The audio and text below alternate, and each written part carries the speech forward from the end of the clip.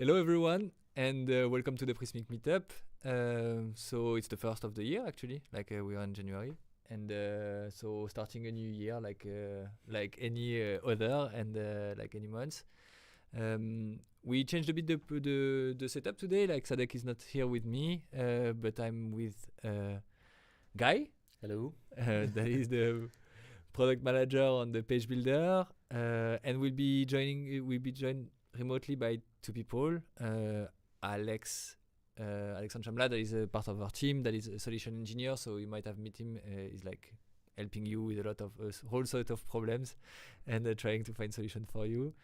And Antoine, that is like a founder of a super cool agency called Makemepulse. I don't know if we see them on the screen, but they are there, not yet. Okay, cool. And so they will join us later. We are going to try a new format today that will not be that much about a specific learning or a specific best practice, but we are going to basically talk a lot about product and try to include everyone in the loop, engage with you, engage with Alex and Antoine in order to present you a few product release, tell you the backstory that actually triggered our work. And it's going to talk mainly about progress that we've done in the migration API. That is a new feature that we released, and the page builder. And so lately we've done a lot because we know it's super important, and so that's why Guy is here with us. And so yeah, we are going to show you new features, ask you a few questions, ask your opinion, and give you a glimpse of what's coming next. So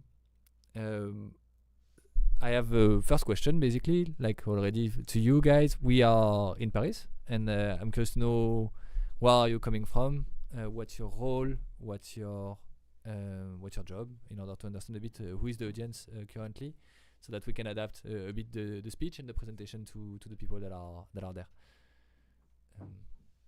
So please drop in the chat. Where are you coming from? Your job, etc. I presented the guest already, but we can do it now. Do we have it on screen? Okay, we have them on screen now. So can you present yourself, maybe Alex and Antoine, quickly? Yeah, so on my side, I'm Alex. As Renaud said, I'm solution engineering manager at Prismic, and basically the role of my team is to make sure that people and customers using Prismic are using it in the best way, right? And yeah, so we're answering a couple of technical questions that customers might face, and that's it. And I'm Antoine, co-founder and CTO of Makemepulse. And basically, we are a creative studio founded in 2008. And our ambition is to build digital experience of tomorrow. So it's a big ambition, but we try to do it the best we can. And so you founded the agency, right? Yeah, exactly. We are a team of 50 people, around 50 people, with strategists, designers, 3D artists, developers, producers, so a complete team. Yeah. So do you want me to continue on Makemepulse?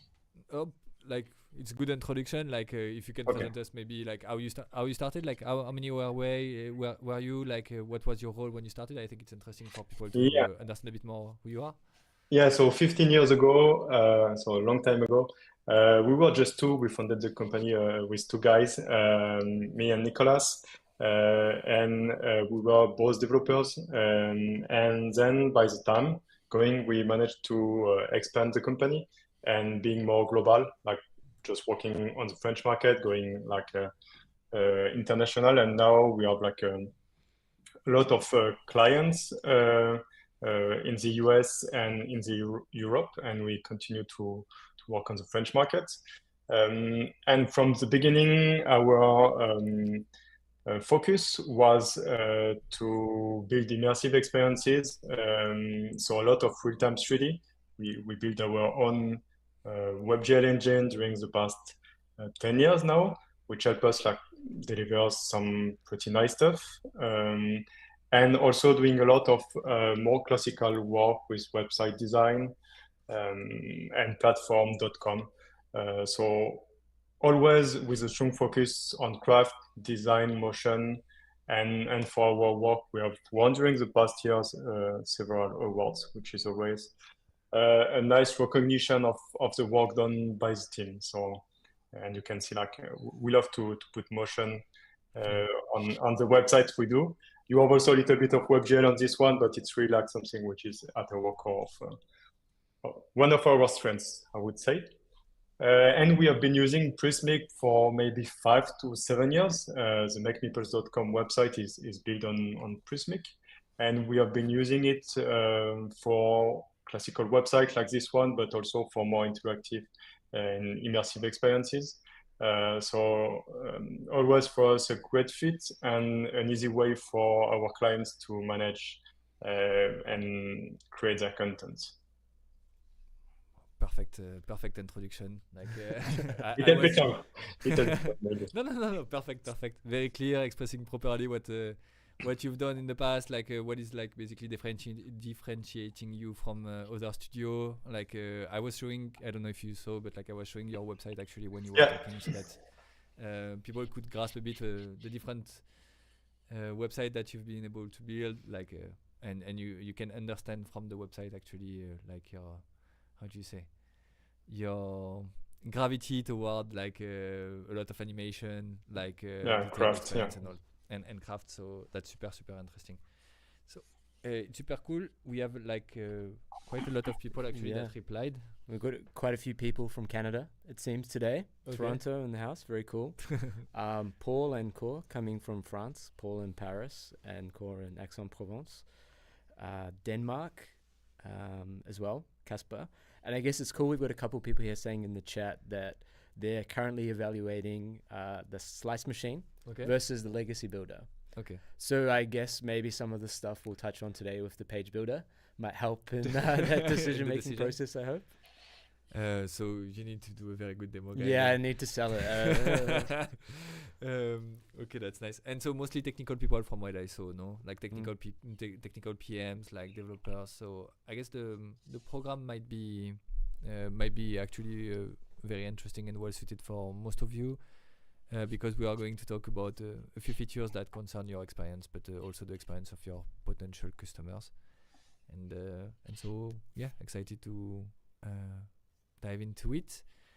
So again, summary of the program. We'll try to do all that in an hour, but present to you the new migration API, present to you all the releases related of the page builder and the overall vision of those two products.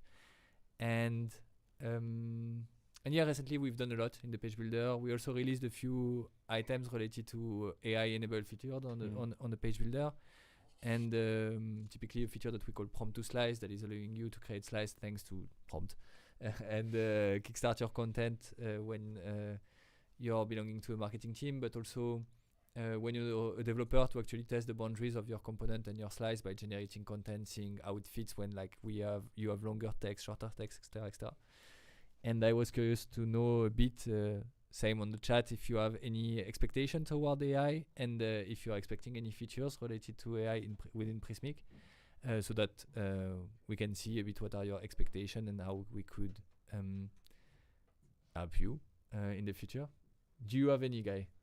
Yeah, I have a couple. I mean, I have a bit of bias as well, because working on the page builder team, and obviously for like content management and things like that, there's tons of different use cases for AI. I guess for me, some of the stuff that I'm quite interested in is like having AI as kind of like a collaborator or like an assistant that you can use for maybe like helping suggest for different fields, or kind of modifying different variations of your content and things like that. So yeah, I'd really like that from AI.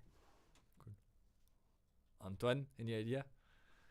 I think like mock content, for mocking content is a good one, because as you said, like often you want to test your slices or components, and having the ability to generate, like for the dev team, a lot of content directly without having to wait. For the real content is always great, and if there is a place where I can help, it's on the inside. And maybe also for the media, there might be some stuff to do on like maybe image upscaling or things like that, like which can like improve the media quality with all the image generation that we see at the moment. you know. That's super interesting. Are you using that in some of your projects, like image generation? Yeah. It's a big focus on for the past 6 months or a year, I would say. So it's heavy on our side, and we are really starting to use it in all our projects. Super interesting. And so, what are the tools that you use mostly for that? Mostly, it goes from like stable diffusion, and having like specific workflow for that, where we can, for example, using like Comfy UI, where we can create our pipeline and doing a little bit of that, and more classical one like Midjourney, when we just want to have like nice key visual without too much configuration. But yeah, it's a big part of the tools we are using at the moment. Super interesting. I would be very, very curious to see more about this. Like maybe I'll grab a moment with you at another time to see. Yeah, sure. That. And you, Alex? I know what it is, but tell me more.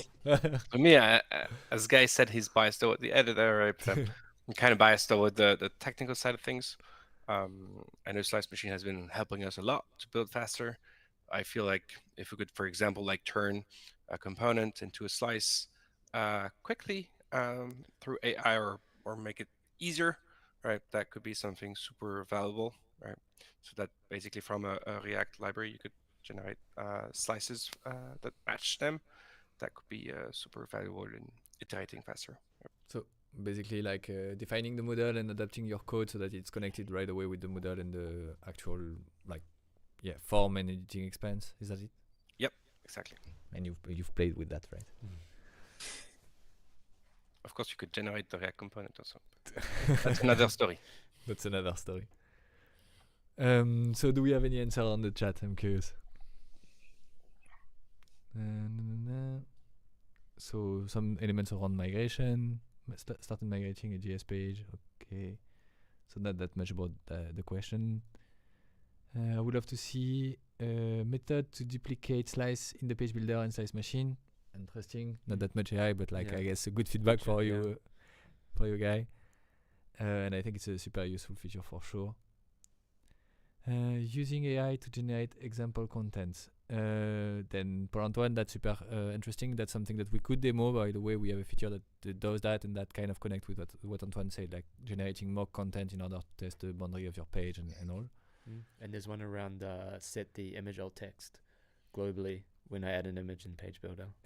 Yes. Yeah, but I mean more generally, metadata and stuff from AI or generating with AI would be pretty cool, I think. And that. Okay, that's interesting. We are going to talk about the media library, so it might be a next way to expand actually the conversation in the future. So that's nice. That's nice. Alt text and area label, so similarly like basically media enrichment elements related to it. Yeah, we were talking about that. Yeah. I guess for like SEO and stuff as well, it'd be pretty cool. Generating that stuff with AI. It would be super cool. I don't know where I'm taking my computer. I think we can start. I was ready to do the demo, but maybe it requires a bit of an introduction. So why are you here, Antoine, with us? It's also to show a bit of your project, but also we wanted to interact a bit on your usage of Prismic and understand a bit your needs also.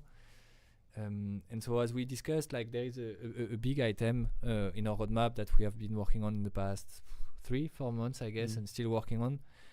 That is what we call the migration API. And why have we addressed this problem? Because in the, let's say, mid 2023, we reached out to, I would say, a huge amount of our partners and agencies using Prismic to try to understand how could we improve their experience. Because even though most of those agencies that we reach out to are big sponsor, big fan of Prismic, they really like it, we knew that they were seeing a few limitations. And they were like, okay, guys, like we like the product, we really love you, but you're missing out on a big item. That is that when I have a big customer that wants to come and wants to use the tool, and I need to create that website with Prismic, and I know that I need to migrate from an historic database or an historic system, 10,000, 20,000, 30,000 documents and more. Like the way the way you are asking me to do so with your import export is actually so painful that I will never give you those customers, and I will sadly not be able to actually move those customers to Prismic. And I see Alex smiling. I think Alex is having a few had a few of those instances in a discussion, but basically, like, we saw a lot of opportunities. We discussed a lot of improvement points. We discussed a lot of positive points too. But that one just like went was there everywhere, and that we identified as one of the biggest blockers for those people. And that's the moment where we actually wanted to we kind of thought about, okay, what can we do here? And we had a tool in the past that was allowing people to do import export, but it was a bit clunky. The error messages were not that clear. You were kind of limited in the volume that you wanted to pass. It was really like hard limits around how many you could exactly. And so we basically decided to challenge that, and to see how if we could take a new approach. And I'm curious now, like, Antoine, did you have any case of like migrating to Prismic some past projects? Yeah, so I think we are like we were in the same position as a lot of your clients and partners who had this experience with migrating content. Like, we never really use the import export feature, you know. It was like, okay, it's there, we know it's there, but we don't really use it, you know.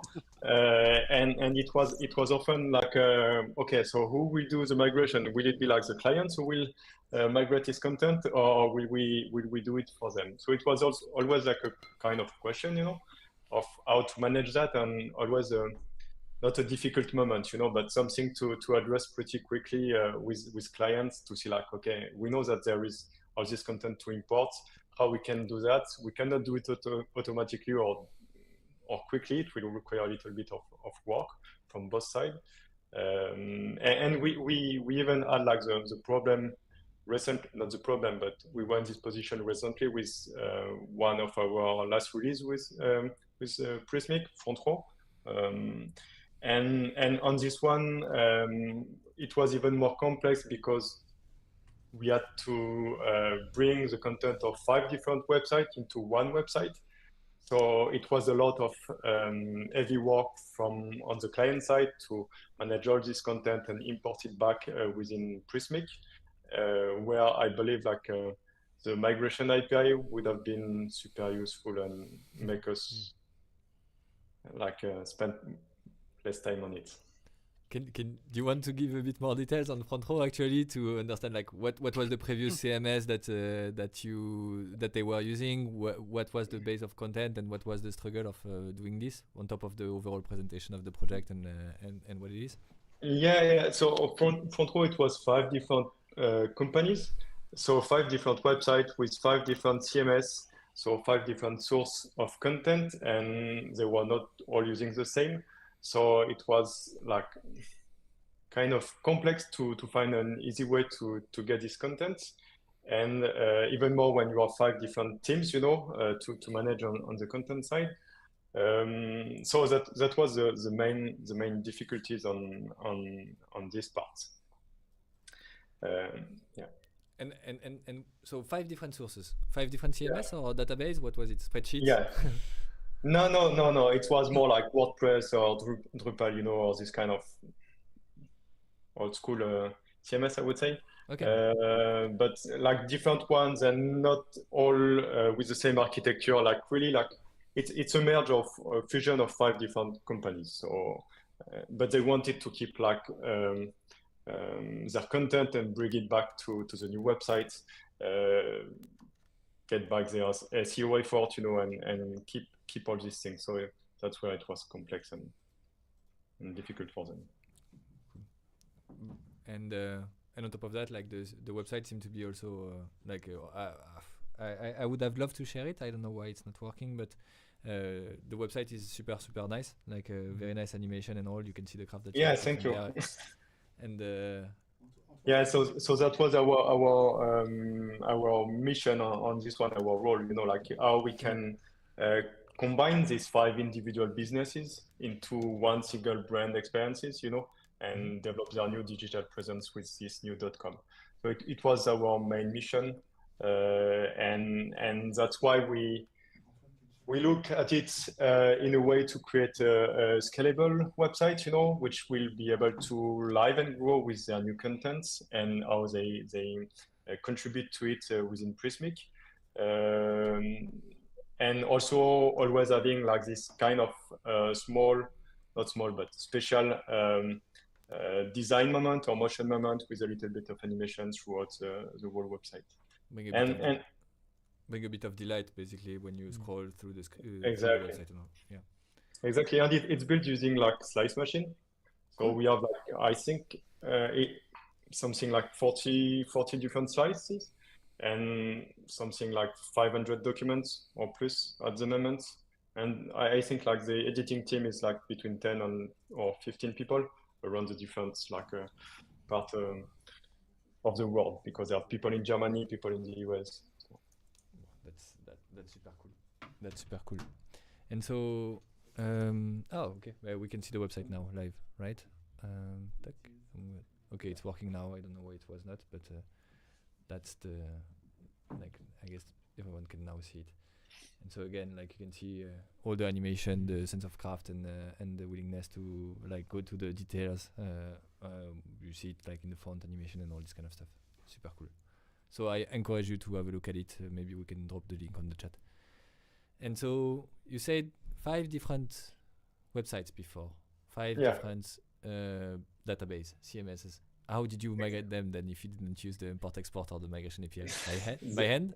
Yeah, they did it. So they did it manually. So they had to do like a sort of selection of the content they wanted to really have on the new website, So maybe it helped them to recenter like which content we will really bring to the new website. But yeah, they did it. The different teams did it. They managed to like have the different part of the company, like previous brands, having access to Prismic and putting their content like by each team. So it was okay at the end. It's cool that you see the good side of it. Like it allowed them to like get down the exactly. There's a positive in there. It's just exactly. Trying to stay positive. Yeah. Okay. Well, that's cool. So and so you see mainly from your customer base like WordPress, Drupal, like all technology that are trying to move to basically Prismic, and those are the main cases that you see. Yeah. Okay. And is it big as a shift, like people coming from traditional CMS to like Prismic and headless, generally speaking? Yeah, you always have to convince them, like there is always a little bit of work to do on this side to make them like to help them to have the trust in the product, but I think that they are often like willing to do the move, and go away from having to maintain like a specific infrastructure because they have their CMS and it's hosted on their side and they have security issues and all this kind of stuff. So there are a lot of pros that they are like willing to listen, and to earn. So, but there is often like an education process, to make them aware of this solution, of this kind of solution, and make them do the jump. Okay. But super interesting. Cool. Very nice. So I think now we can maybe jump into the demo and present you basically the migration API in a sense. And if you have a new project in the future that requires that, Antoine, you'll get a run through, and you should not hesitate to ask us like to get access to it. This is a feature that So we've been working on a lot in releasing it, like a lot. It's still in private beta, so like the version that you'll get in your repository will most likely be limited. But we do offer a few keys in order to like bring it at scale and manage like mass migration from multiple thousands of documents. But yeah, it's still in progress. Our goal is to actually have it ready and available for everyone during this quarter, so by end of March basically. And so we are in the process of doing that, and actually it's progressing well. And so what about if people want to use it now? So if you want to use it now, you can already try it, like for a few documents. Like you can create a few, and I'm going to show you how. 1 or 2 or 3, etc. If you need to bring it at scale, you will be limited, and so you just have to reach out to us through a waiting list, and we'll open it to you. Okay. Depending on your criteria. So if you can see my screen now, I'm going to show you basically an example repository. You need to check my comments. I need to share your screen using the link that I sent you. I need to share this. Okay, it doesn't work. It's not okay. So the screen share is not stable. So I'm going to have to just connect to something else.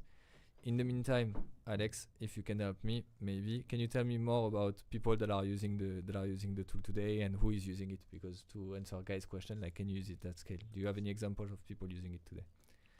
So yeah, we have agencies that are moving websites from monolithic CMSs, right, to Prismic, and there's an example of an agency that has like I think 85K documents, right?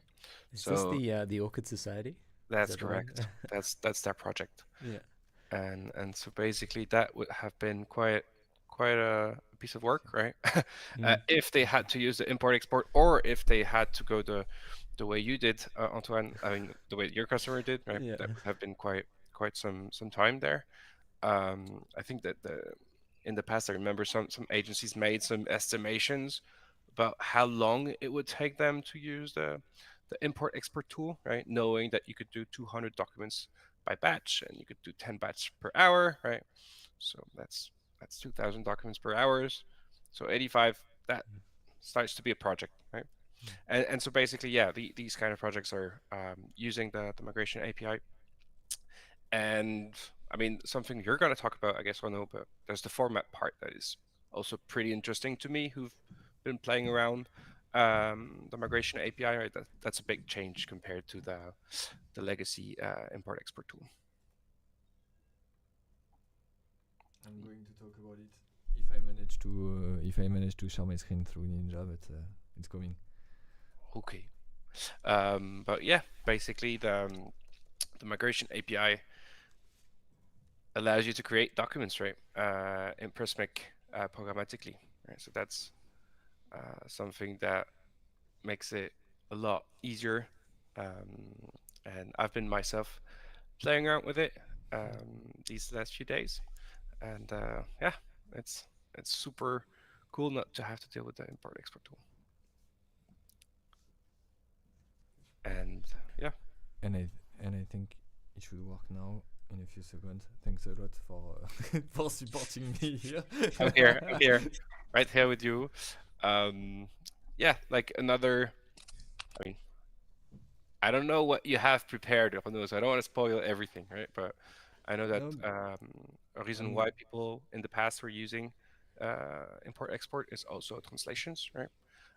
So that's a use case that could happen when you wanted to export a whole language from your project and import it in another language. So that's a use case that will be a lot easier now with the migration API. Right? Okay. But thanks, Alex. Can you do one thing, Alex, for me? I'm sorry, like technical items related to the stream. Can you disconnect, Alex? Can you disconnect from the stream, the Ninja, please, so that I can use it? It should be good. Should be good.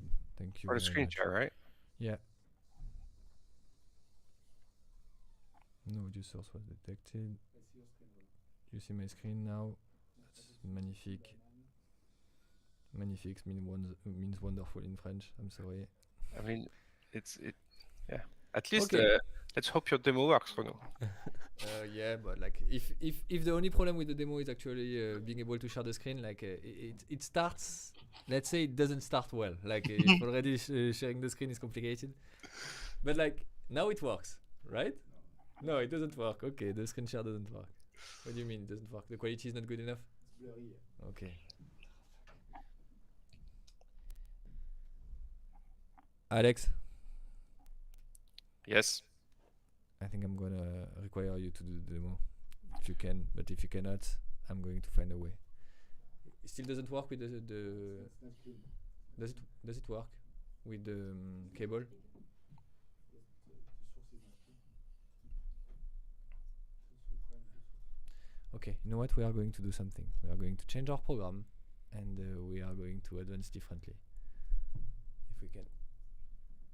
Pierre-Yves, Yes. can I ask you just sorry, Pierre-Yves in the background that you are not seeing. Hello. Can you try again with the cable to see if it works or not? I don't have It doesn't work anything.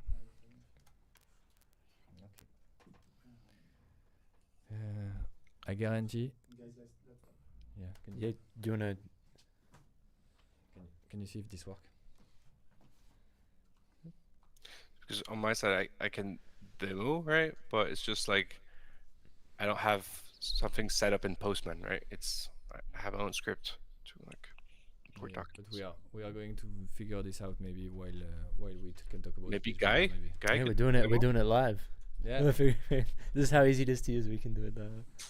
But I don't know if they can see my screen. Does it work the screen share or not? No, it doesn't. Okay.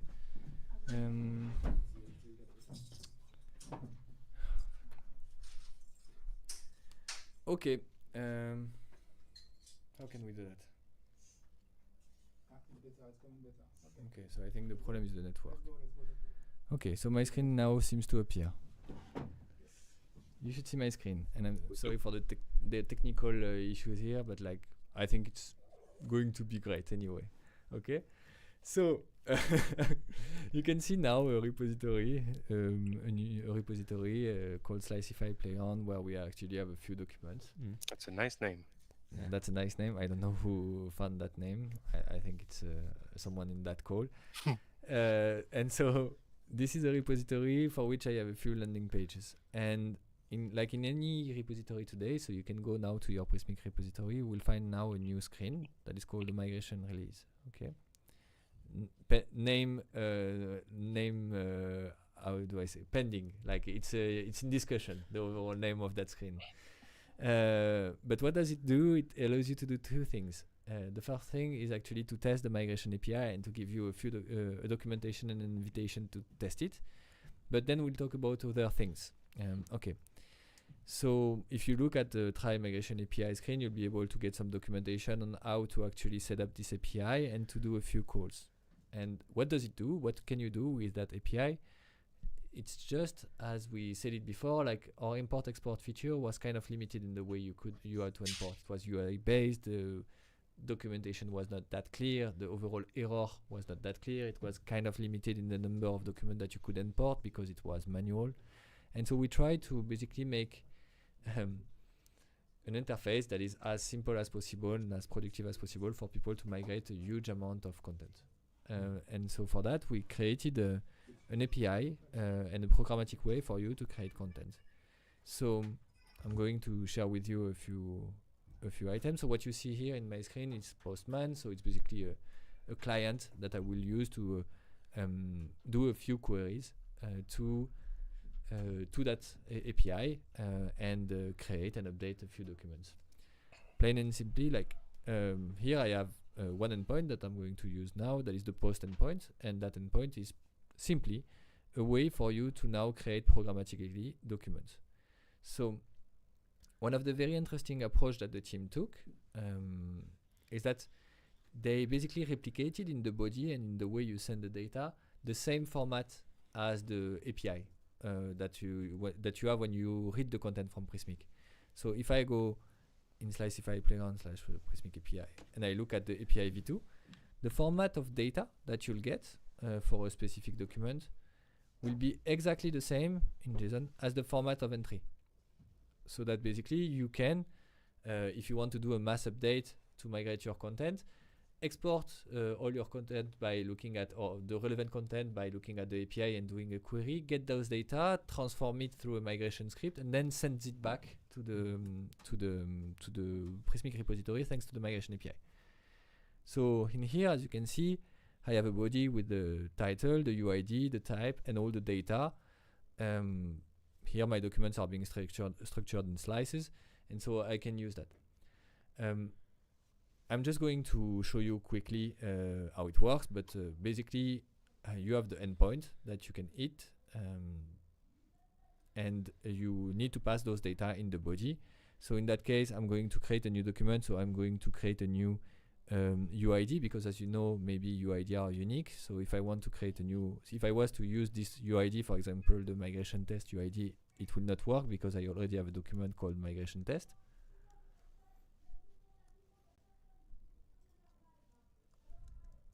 It seems that I didn't, so that's perfect. I didn't have any. I think it was called migration, the one that I tested before. Yes, so a document with this UID already exists. But so I just created a new document, basically, with the UID migration test. And if I refresh this screen of the migration release, I now see a new document that is the migrating content document. That is the one that I sent through the API. What I can do is not only, as I said, create document, but you can use this API also to update a document in bulk, let's say, or even one by one, by just hitting this programmatic endpoint. So in that case, I have a document that is, let's say, this landing page, the follow the fish landing page. I think it's going to be that one. So if we wanted to say here, the document that is being published, it says want to learn how to migrate content to Prismic. Basically, if I were to update this document and update the title, I would be I will update basically the content, update it, send it to the API, and would have in the migration release a new version of that document that is the fish really love Prismic updated. What we have done with this release is that we increase we allow you basically before promoting this content live and to draft to actually review the content. So it's not only like we want you to have a safe environment to actually test your migration, and also when posting those items, you can preview on production actually your changes. So here, if I'm clicking, I should be able to have a preview of the updated document. In that case, the follow that fish document. As you can see, it's updated as I did in the JSON, and it's a preview. It's not the published version. I should be able to access my new document that I created before with the landing page migration test and all. And so basically see the future state of that screen, of the website, sorry, with the migration.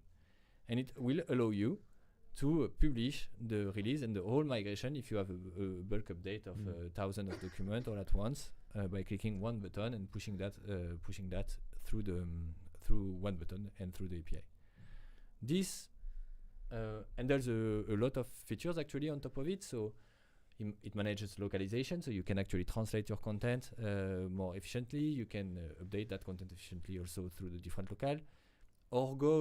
Our goal is actually to deprecate the import-export that we talked about. So it supports all the features that are supported in Prismic, like the legacy slices, and not only the slices that were supported in Slice Machine. It supports integration field, so that you can migrate content with integration field. All these kind of stuff are being supported as of today, so that we can, in the next months, deprecate the import-export and provide this tool for any team that want to actually leverage the migration API to bring content to Prismic.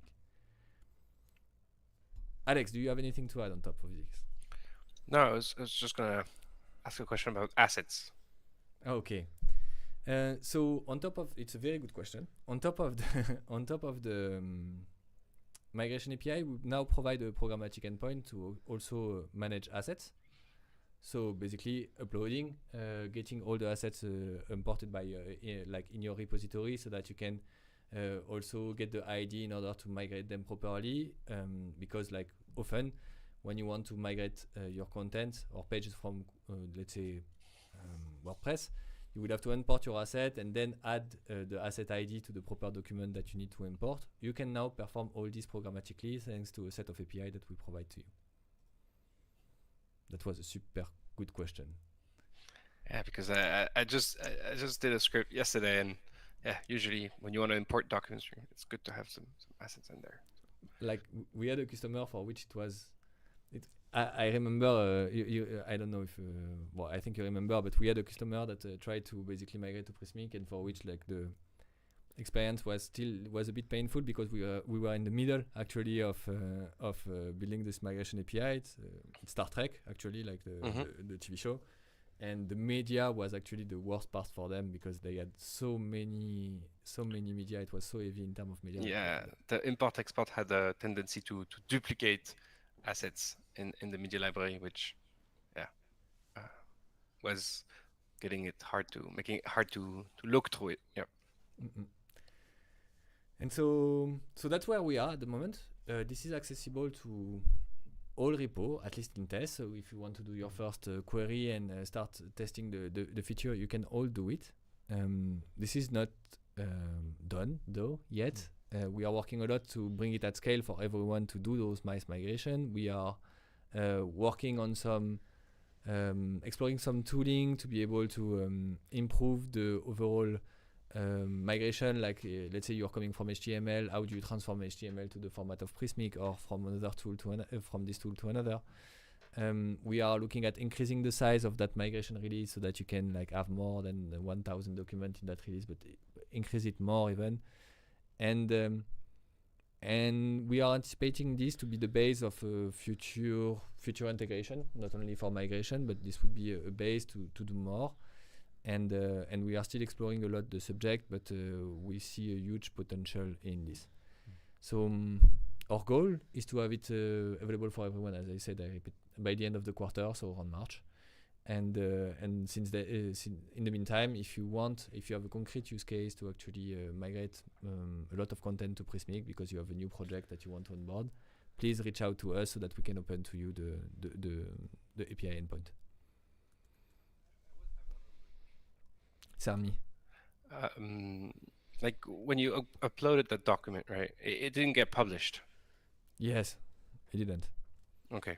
And that's because like the migration API allows you to create like a new version of your document that you have to check before publishing. Right? Exactly. When we studied it on that specific use case, we noticed that most of the people wanted to actually review the content before being able to publish it. So that's once it's published, like you don't have to. First, you can do it in an isolated way so that you don't have to impact the editors that are working on the live website, right? The second part is also like this overall process of reviewing before publishing was easier for them if they did a mistake in their migration script to actually delete everything all together all at once, like in an isolated way. And so that's why we've done that. Sorry, I see there's a few questions coming in from the chat as well regarding the migration API. So I guess the first one is from Ben, and he asks, the demo showed creating and editing single documents. Mm-hmm. Does it support doing this with multiple documents in one API call? No, today we don't have a bulk update endpoint, but when talking, it's something that we are exploring and having in the back of our mind, like considering at least. But we noticed that for most of the users that we were encountering, they actually were planning to do migration scripts, and so like from one or from like multiple queries was not changing much their implementation.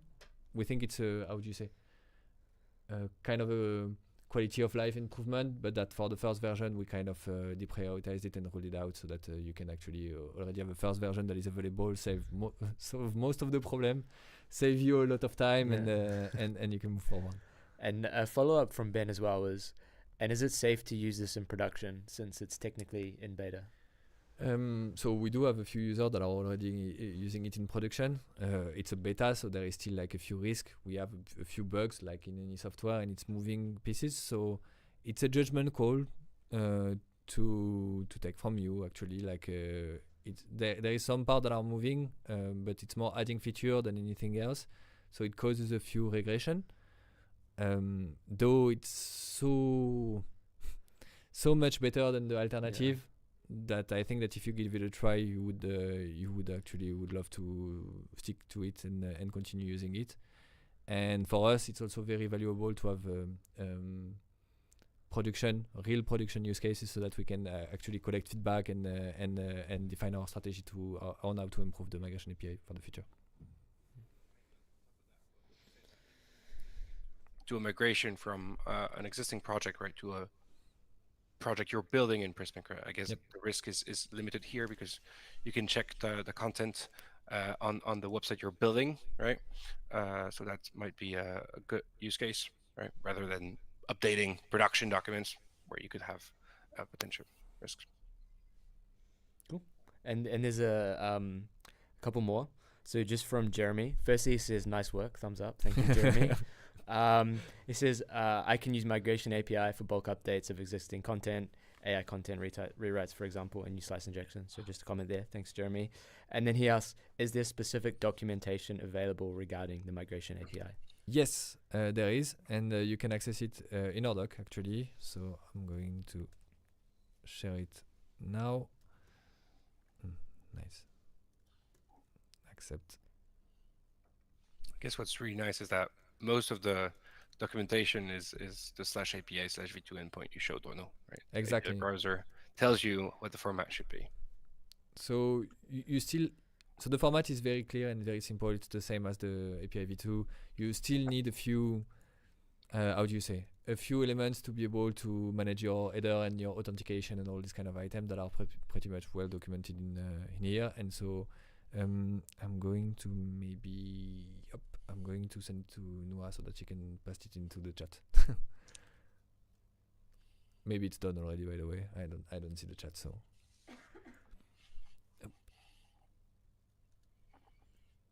And we had a few other questions, like, is there an upper limit to the number of page item in Prismic? As of today, the number of documents is unlimited.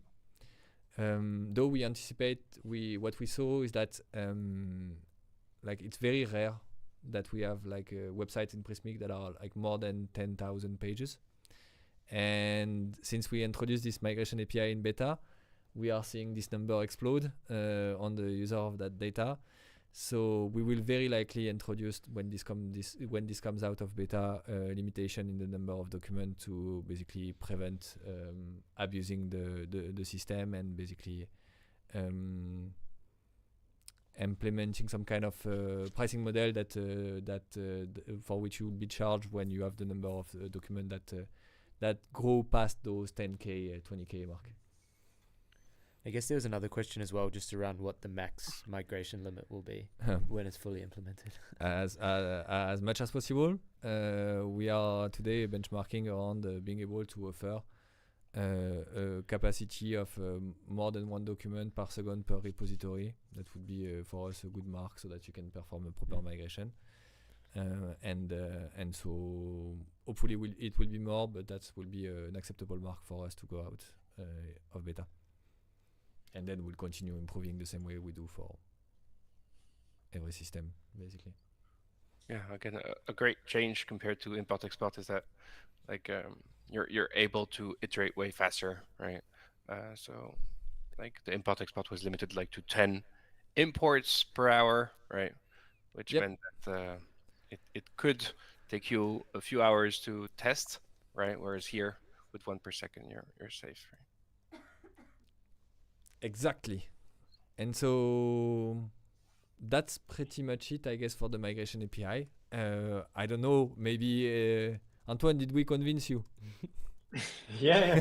I mean, it looks much better and much more easy to use on our site for sure. And when you announced it a few days ago, we had a few messages in our Slack, in our internal Slack, in developers like, Finally. so yeah, like finally, we might have something useful for us and easy to use, on the tech side. So that's good for sure. That's cool. So I think it's like we've basically seen pretty much it on the migration API. I think it's a good moment maybe to talk about the page builder and Guy, like introduce us a bit, like what you've done and what you do actually on a day-to-day basis. Yeah, I mean, I'm the product manager on the page builder team. I guess the way that we've traditionally thought about our product at Prismic is we're serving two audiences. We're serving developers, and so tools like the Migration API, Slice Machine, all that sort of stuff is for that audience. And then we have, marketing, content teams, etc., who are working with Prismic every day in terms of creating, adding things to their website, building pages, and that's where we come in.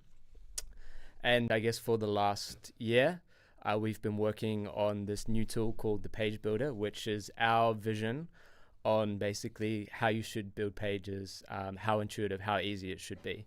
And we've based it around essentially like a really simple pattern that we think is very relatable for people. So basically this idea of trying to build pages like a slide deck. So super easy navigation, super easy to jump in and be able to organize yourself. And as part of that as well, one of the things that's really important in the new page builder is visual editing. So actually in real time having previews of what's happening with your page, all that sort of stuff. And yeah, that's the main thing. And I guess, again, if I can relate it back to the other audience that we're serving in terms of developers, we have this idea of breaking web pages up into components, into slices. And so then on the marketing side, it's how they can use those slices to create and build pages. And so they have a visual representation of them. They must have a little library where they can see all of them, preview them, and put them in their page. That's the moment maybe where we can show. Yeah, we share can the show screen. this. It would be helpful. But I'm doing a really good job of creating a mental picture for people, so I think everyone totally understands where we're going with this. It was in my head. And so here, like that's the page builder that you see on the screen actually, like and what Guy talked about. So having this representation of the page on the left hand side, like with the slides that are building the website, right? Yeah. Every time you'll edit basically the content of that slice to do a demo, for example. In that case, you will see the slides evolving in real time and actually like being updated as soon as you start typing, as you said, like some kind of library of all the slices that you have and all. And so yeah, that's the main product that you're working on, and that you've been working on for like what, a year and a half? Yeah, about a year and a half. So I guess there's like lots of different kind of phases and aspects of the project. And essentially for us, we released in July, I think, of last year, what we were calling the alpha version of the page builder. And I guess one of the really important things for us as part of that first release was this transition to visual page editing and introducing this concept of the table of slices and the live editing and all that sort of stuff, and actually enabling us to get feedback from users regarding that experience, getting people using it, seeing some things that we could iterate and improve on. And we've also been gradually working at getting parity with the existing editor at Prismic. So basically in this new page builder, eventually it will replace for everyone the old editor, so it needs to have all the things that you know and love from Prismic, all the features that you need, all that sort of stuff. So along with building new features, having this visual editing experience, having this super cool pattern, drag and drop, all that sort of stuff, we've been working on the core features of the editor as well. And so, Alex, do you have a few examples of teams that started to adopt this and like a few feedback around it? Yeah, so basically people are like starting to adopt it, right? And on like large customers, we've seen like customers move from a non-slice machine implementation to a slice machine implementation, right? To benefit from this like super cool live preview. I guess the feedback I really often get, which is pretty funny, right? Is how does it work? Because it's really cool, but like, how do you do that? Like a lot of people are asking me if we send our React components to Prismic, or like what's the deal with that. So I guess like, yeah, mostly like super excited about being able to see how your page is evolving as you're inputting content. A bit of magic behind the scene that makes this possible, like a lot of hard work, a bit of magic and a lot of hard work to be able to do that, so that's cool. And Antoine, have you had the chance to use it or not yet?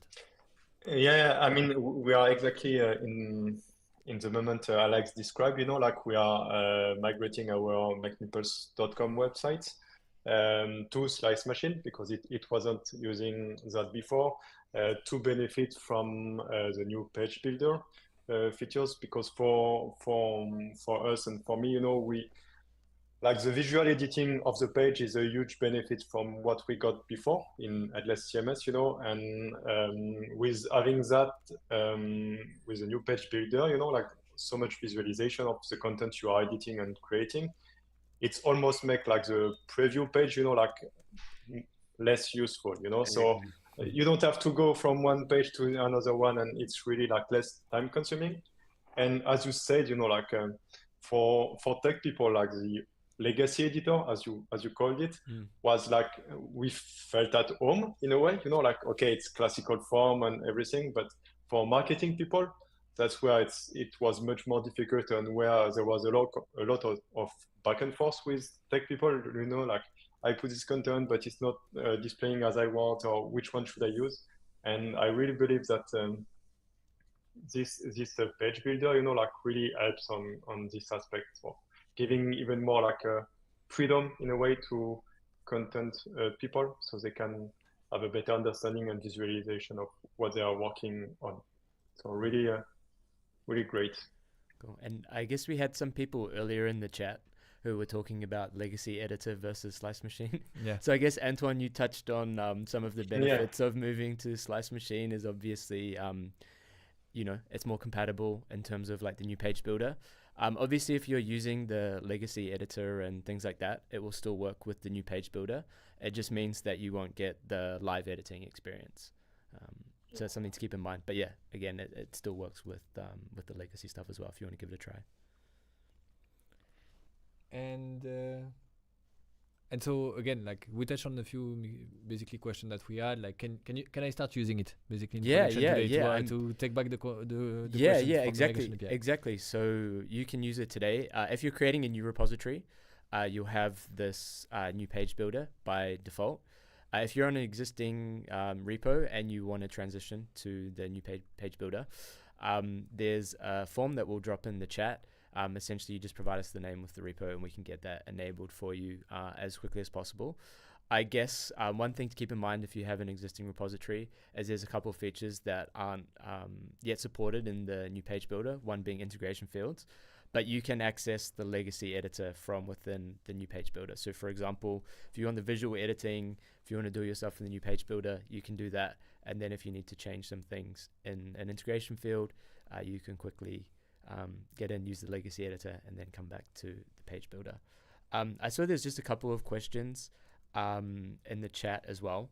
I guess one was just around, I guess, kind of like complex slices.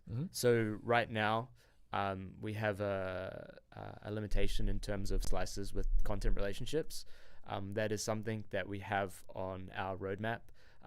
So most likely will be sometime in Q2, but we'll give more of an update. But yeah, definitely something that we want to service and that we have in mind for the page builder. And so there is a few items, like we have a few in the demo and in our use case that are actually starting to get quite complex. Like if we can see the screen, for example, today, like we have this kind of slice that is showing like this simple pricing for everyone table that is like a set of some kind of a slice with like a specific how do you say, list of price that are like repeatable item with buttons, with bullet list and all this kind of stuff.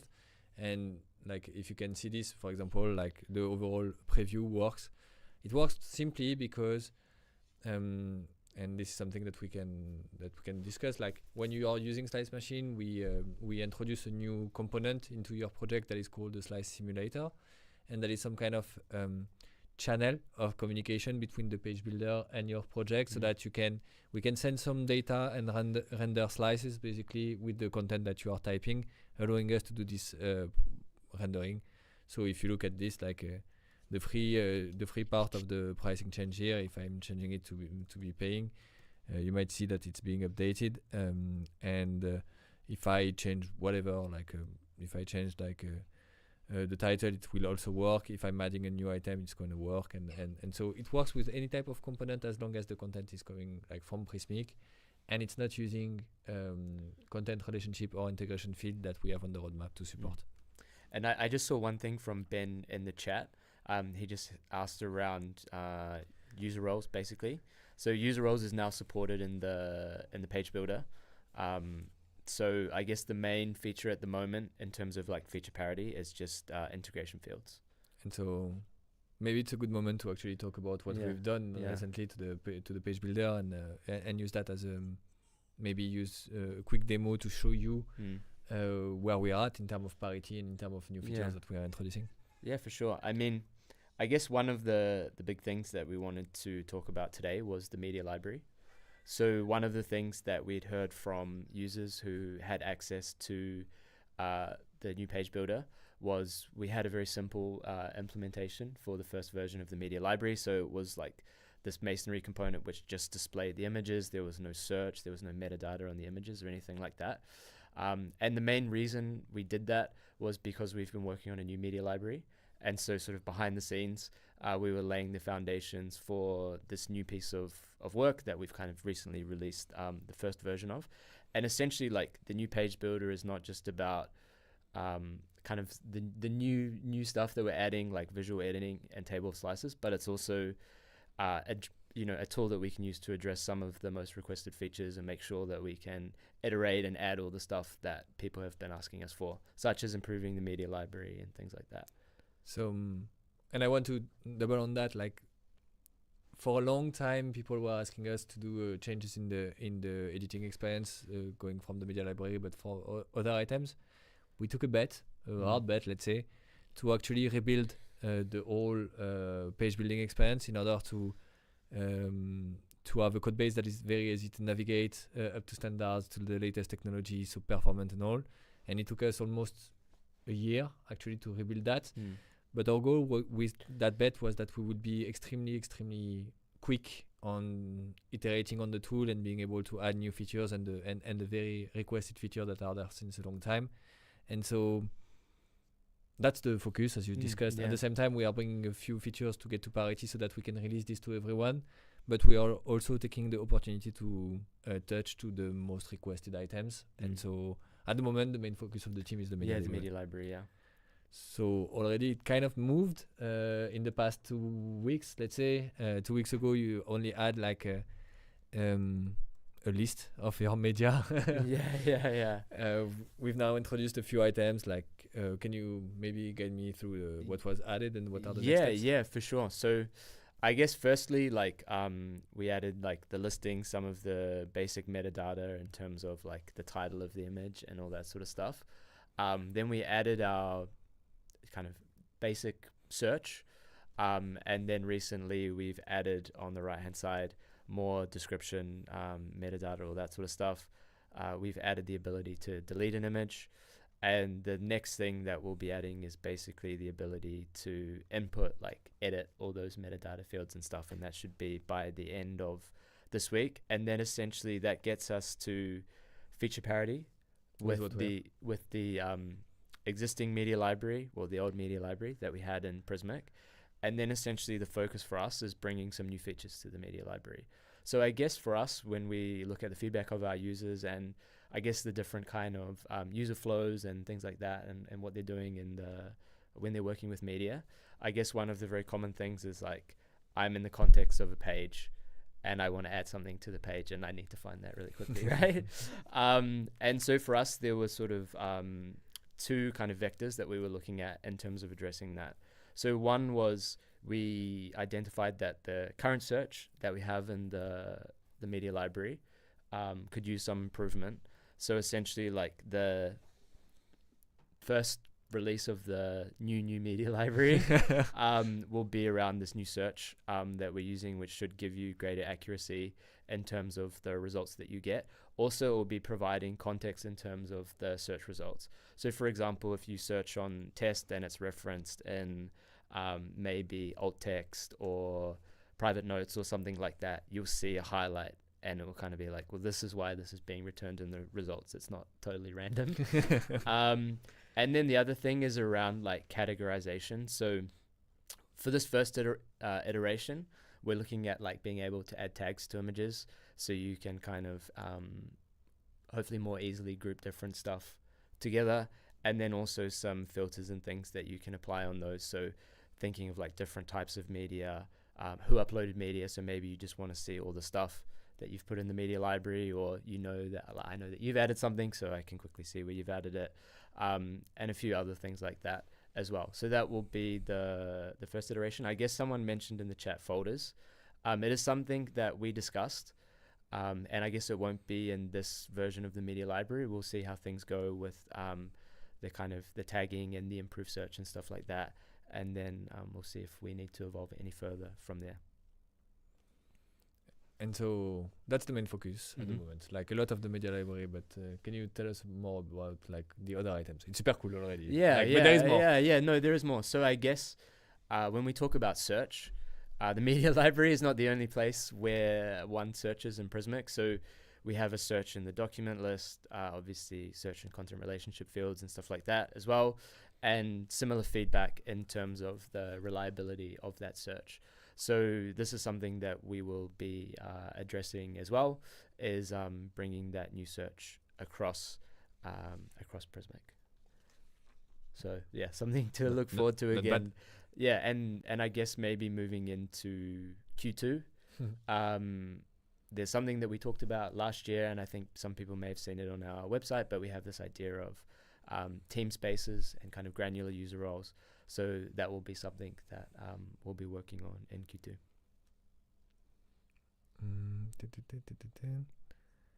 So I'm looking for a few questions. Yeah.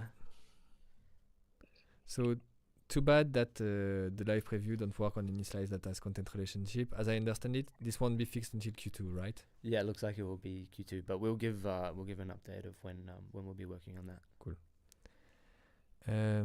Tammy is saying really interested in if this will enable me to create web app with user login, admin login, and be able to add new pages for my own website and connect to my backend.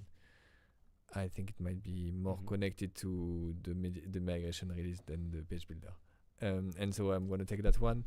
That's not a use case that we are heavily pushing on, but it's something that we might consider in the future, though. You need to understand that the main purpose of Prismic is actually to manage content inside Prismic. And so like for all the use cases that look like you're needing basically a database in a way, and so you want to have your own experience to create pages within Prismic, it's not really the main focus that we have, because we want the team to collaborate there and we want to create for them a very nice experience. On the page builder, do you have any question for Antoine or Alex, by the way? Yeah, I guess I had one for Antoine. I think it was around why you chose not to activate the page builder on the front row project. So we deliver the front row project just before the release of the page builder. So the project was done, and also something it's part of it's my question actually. Like as we do a lot of animation on all the components, you know, which are like linked to scroll position or where you are in the page, or like intro animation or outro animation. Like how does it work, or will it work with the page builder, or how can we make it work, you know, so we don't have like an empty visualization on the left? Okay, makes sense. Well, we give you a pass already for that it wasn't released, but yeah. So basically, we have a few customers that are doing so. Since you have a real-time rendering of the slides, like you should be able to get like your animation at the initial state plus the animation being played. If you're looking for like how can we look at the scroll and all, I think you know what, it's gonna be a super cool thing to actually set up a call and see how we can support that the best, and what are your expectations toward the preview. Right. And maybe another question, like because the preview is on the left, but it's not, if I'm correct, it's not possible to enlarge it, right? Guy, Yeah, And for now. it's For not now. it's not Anyway. it's For not now. possible to For- expand the Should preview. have the caveat of for now, I guess.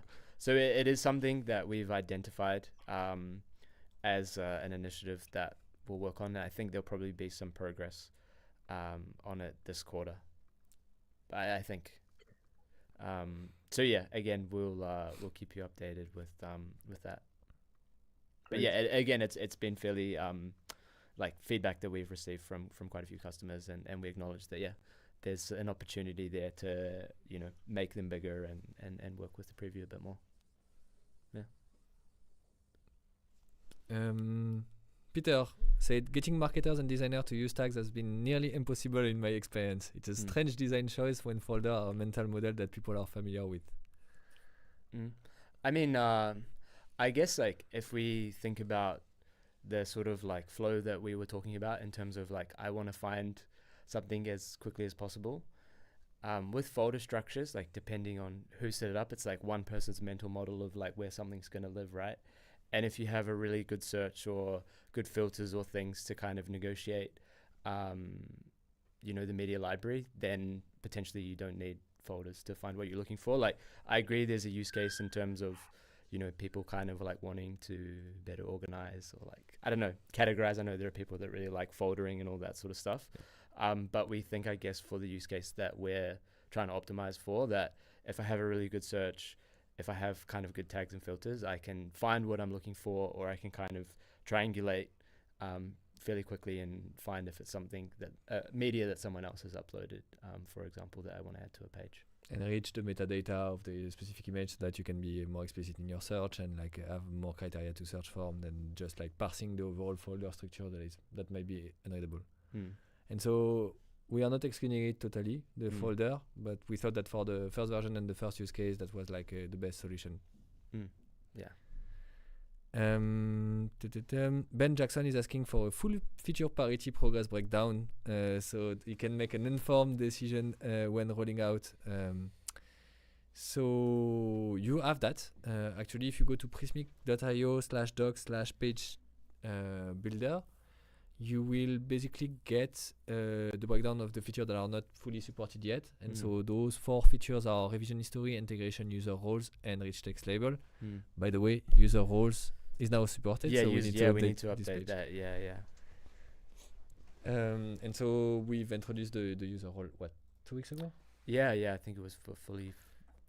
And so we will slowly and like and surely like release like the page builder to more and more repositories so that you can actually access it, because that was one of the big limitations to be able to roll it out. Yeah, and I guess again, like you don't have to have your project built with Slice Machine to use the page builder. It's not risky to activate it in terms of you can always go back to the legacy editor if you need to use anything within the old page, the legacy editor and stuff like that. So yeah, and I mean you'll find a bunch of other stuff in there as well that's really cool. Like we haven't really touched on it today, but like the kind of stuff we have in the rich text, more Notion like inline editing experience with the context menu.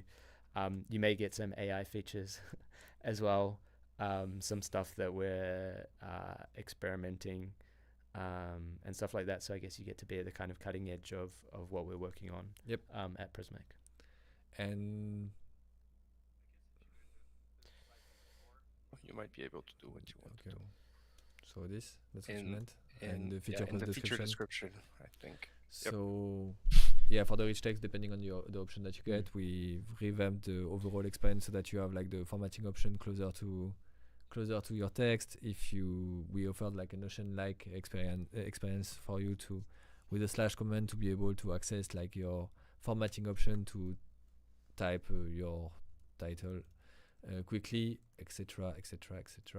So this is a fully new experience actually that is like way superior to the previous one. And so even if you are not enjoying the live preview, and we will recommend you to enable it in a way like you will get a whole new experience that will be far superior to the previous one. Same with like the new media library and the search and stuff as well. If you're not using Slice Machine or anything like that, you'll still get those features. And to connect back and close maybe the loop on what we discussed at the beginning. Like we are releasing to a subset of user and in an opt-in manner some features that are AI enabled that allow you to basically add a slice with AI and to generate content with AI. So when creating a new page, for example, and adding a slice, you will be able to prompt basically an AI to actually generate a first slice so that you can leverage it as a developer to get boilerplate content, but as a marketer to actually have also inspirational content that you can start from. So let's imagine here that I want to introduce Prismic Migration API to Makemepulse agency. By tapping that prompt, basically what we are going to do is to find the best slice that is tied to the actual prompt that you set. So it detected that here the best would be a hero, for example, and it's going to craft like content to be able to actually introduce the Prismic Migration API to Makemepulse. And this takes a few seconds in order to generate it. But here, like I get 4 variations and that are pitching this. So I think this one looks not too bad. Discover the ease of transitioning your digital content with Prismic Advanced Migration API designed for modern agency like Makemepulse. Our tools ensure a smooth and reliable content migration experience. So I think you get it. You get it. You get the idea. It can generate a few set of items. Like if I want to create a nice page for this, I would say a set of quotes of Makemepulse developer that enjoyed Again, the API. like quotes should not be generated, Renaud. Huh? We agree on that, right? Technically. Again, it's boilerplate content. I'm kidding. But like I'm going to use it anyway. But like you can build a page in a few minutes to actually demonstrate the value of a page, demonstrate to your customer like a demo of this content. As a developer, be able to iterate on your content to see how it's behaving. Typically, I'm going to get back to it just after, but I think that was actually something that Antoine touched on at the beginning of the call as well, in terms of use cases for AI, like generating lots of more content and stuff like that. So super cool, and particularly in the new page builder as well. Yeah. And so those are all the things that I like that prompt, so I'm going to say super cool. Yes. So yes, it generated a few quotes from Makemepulse. I'm going to choose that. And so I can create a page like this. If I want to test the boundaries of my component as a developer, I can say make the title 2 times longer.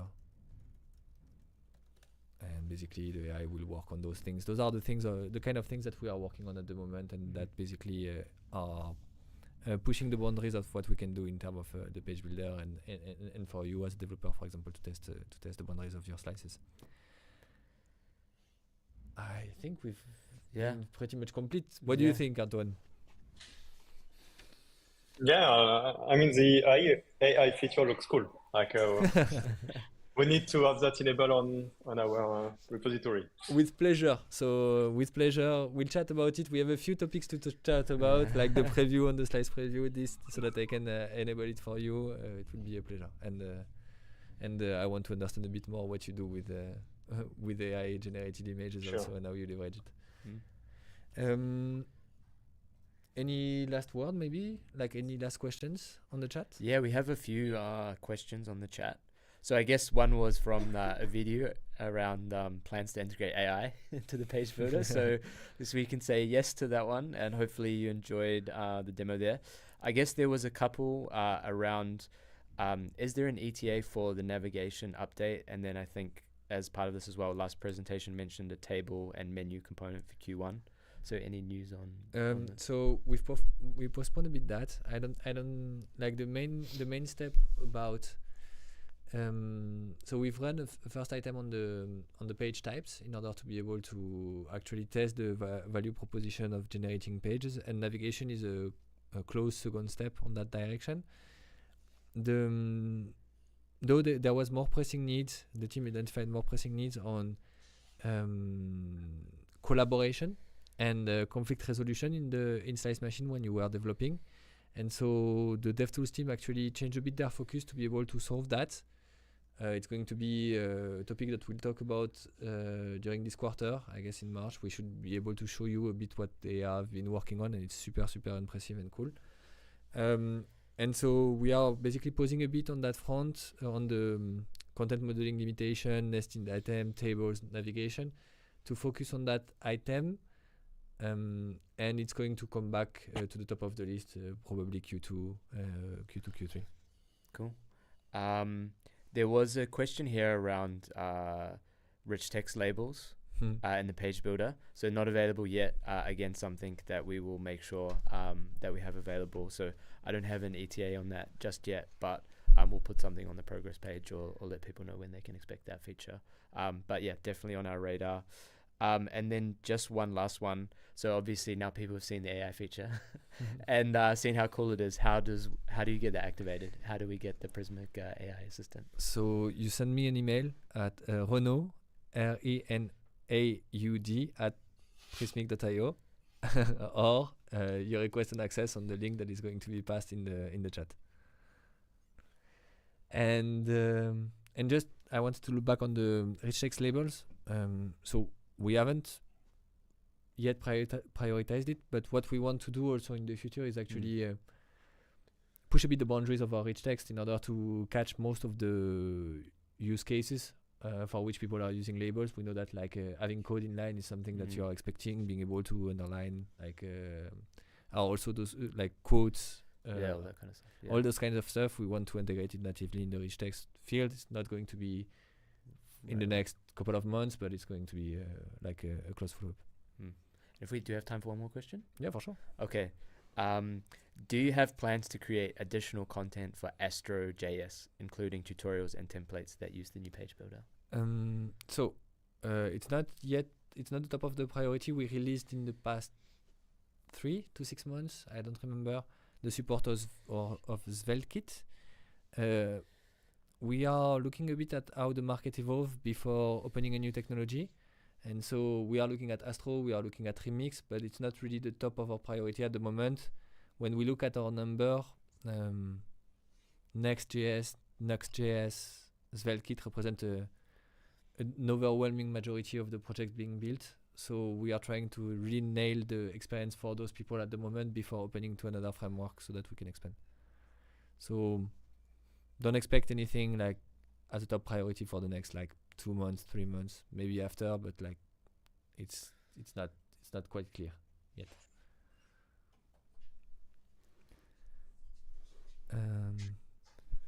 It was super cool, huh? Like a lot of questions, a lot of interaction. Yeah. I mean, I guess we do have a progress page as well for things that we're working on. Yes. So we'll make sure we keep that updated. So if you ever want to see what we're working on, I think it's prismic.io/progress. Yes, that's it.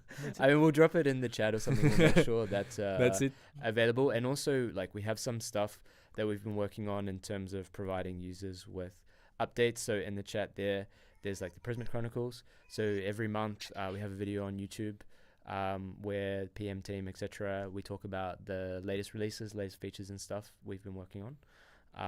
So please like and subscribe. But no, I mean, again, if you're curious about what you're working on, we give the updates. There, it's super cool, and also a bit of a preview in terms of what's coming next and stuff as well. And well, anyway, I think we covered what we wanted to cover. We had a huge amount of questions, so that's super nice. Every time we prefer this kind of interaction to have a format that is interactive instead of like kind of just a presentation. So thanks a lot for your participation on the chat. I wanted to thank also Alex and Antoine. Antoine, can we remind like everyone where we can find your website and can you maybe introduce the last time what you do at Makemepulse so that if anyone wants to work with you, and I think it's a good thing, they can find you? Yeah, I mean, it's easy to find us, makemepulse.com. Pretty like the fastest way to find us is just to go on the website. We have a contact form on it. So yeah, pretty simple. Okay, and on socials, where can we find you? Social, we are on Twitter, Instagram, LinkedIn, all of them. So everywhere. Yeah. everywhere.